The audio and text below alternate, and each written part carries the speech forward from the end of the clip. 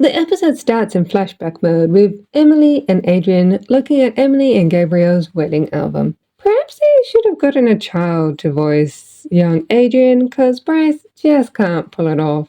Also, I didn't think Adrien got pajamas until season 4. What happened to Emily's eyes? They are not very green compared to photos taken later. The flashback is to let us know Emily didn't keep in contact with her parents. As we learnt in representation, they wanted her to marry someone of status and didn't approve of her life choices. This leads Adrien to think Gabrielle doesn't love him because he's never home. Back to the present, and Adrien pops his head into the now vacant master suite. Natalie standing in the landing, now decked out with plants. And Adrien goes and hugs her, but she doesn't hug him back. Has he gelled his hair into those points? She sends him off to lunch, just as her phone rings, showing Emily's family crest. My bad translating thinks the crest says, sweep in front of your house before criticizing your neighbors. Feel free to correct me on this. After a brief conversation, Natalie informs Adrien his grandparents want to see him. Someone really should iron his shirt before this meeting. At the dupain-changs residence, they are having family lunch, yet the sauce doesn't stick to the pasta. Tom wants Marinette to invite Adrien to lunch to officially introduce him as her boyfriend. The grandparents are down for this, and Sabine has the audacity to say it's her first time being in a relationship. Was Luca nothing? Marinette's upgraded her future to have 2 hamsters, but does she know that most hamster breeds live solitary and don't get along with each other, so she would need 2 enclosures. She video calls Adrien to invite him to lunch, but when she learns about his grandparents' situation, she invites herself over. At least Adrien's not eating lunch alone anymore. Skipping ahead a week, Natalie setting the charger and dinner plates. Marinette's doing the cutlery. Looks like they're having shellfish, then a fish course, followed by a main course. Sadly, no dessert cutlery set. Adrien setting the wine glasses. I'm not sure why a 14-year-old boy needs a red wine, white wine, and champagne flute. Marinette and Adrien didn't notice they weren't setting a place for Natalie. She won't be present because she's not part of the family. The Graham Vanillis arrive by helicopter.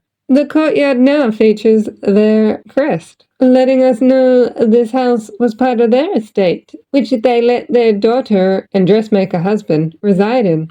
Emile and Millie. How on earth did they come up with the names Emily and Amelie? Emile says Adrien is a half-decent looking child. Have they not seen Felix?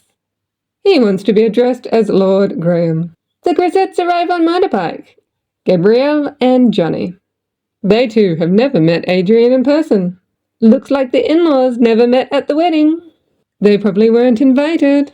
Millie can smell the food Johnny's brought. A cheese bulletin, which intrigues Plagg. What a great guest Johnny is, bringing something to contribute to lunch. Plagg pulls off a Tikki on galette moment and follows the Batoonis. Lord Graham starts to explain why they are there, but Adrien needs to check on Plagg, so excuses himself. But he doesn't have long to look for Plagg before Marinette joins him. Why is the private chef never in the kitchen?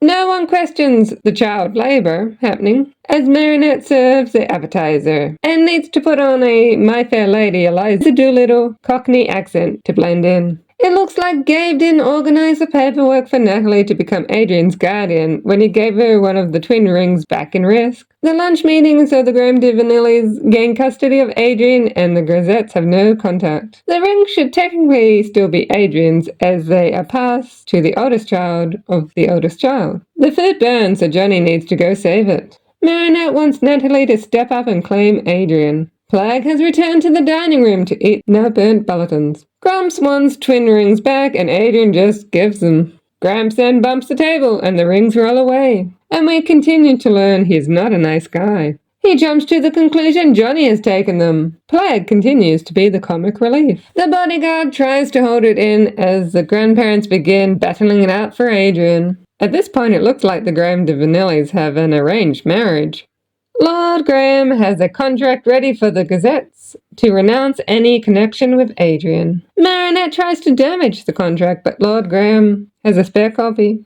Lord Graham's a snob and looks down on the lower class, not wanting to be associated with people who run a fried food establishment. The rings are found and Millie runs off with them and locks herself in Gabe's old office. Time for the butterfly to show up and head straight into the twin rings. Before they can get the key, Ringmaster breaks the door down. If the akumatized villain's name is Ringmaster, then why is the episode called Werepapas? Ringmaster is a way cooler name. Ringmaster turns the two grandfathers into werewolves, puts Adrien in a trophy, and sends them up into the sky to battle it out. While everyone gets to safety, Marinette transforms into Ladybug. Our first time seeing her transformation in Season 6, Episode 1 not being released yet. Ringmaster has the power for the grandfathers to fight against their will. Adrien would reveal he's Cat Noir if he was to cataclysm the cup and sits tight. And is that a bit of favoritism, as a sword is way more useful than a punching glove?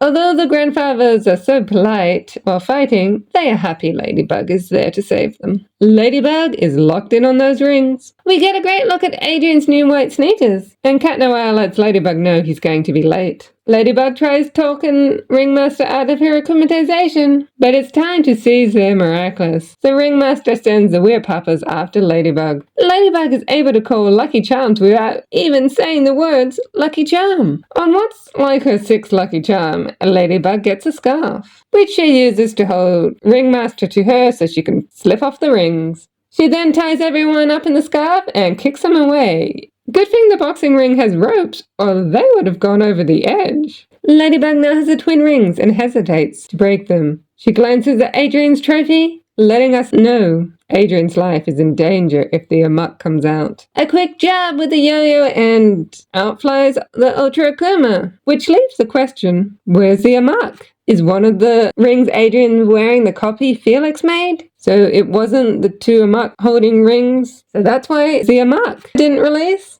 Interesting. During repose, Kwami wears a different ring the Akuma enters to the ring Imperfection, where her mum spins out about what would happen if it got damaged. Also, Felix swapped the ring her mum took with a fake to give the real one back to Kwami. Ladybug purifies the bad bug. She looks kind of sad about it. In the time it takes the butterfly to fly away, she's managed to get to and untie the grandparents to be able to throw the scarf in the air for Miraculous Ladybug. Rings are back, Adrien is back, and Ladybug can take a sigh of relief. Good thing she can take on an akumatized villain all on her own. Back in the mansion, Adrien notices Marinette's not there and finds her in his room. Grandma has the right idea. She gives the rings back to Adrien, who doesn't know what he wants. Still, I guess Marinette can be the hero and bring Natalie into the room, so she can be the one to bring Adrien and Natalie together. Everyone is moved. Turns out Grams has a thing for French fries, and must have just been hangry because now he's a nice guy. End card shows the family at the Gazette's fast food establishment. We then flash back to Gabe and Natalie returning from one of their expeditions. Gabe says no. Is this reused audio, or did they pay the voice actor to come in and say this one line? Or do we have more Gabe talking in future episodes? Looks like Adrien's neglect started off before Emily's disappearance. The animators forgot to change the stairwell painting into its past version. We see Natalie does care for Adrien as Emily looks on, and the episode ends. I could have done this on my own. But we're the cat and bug team, remember? Bug and cat team, you mean?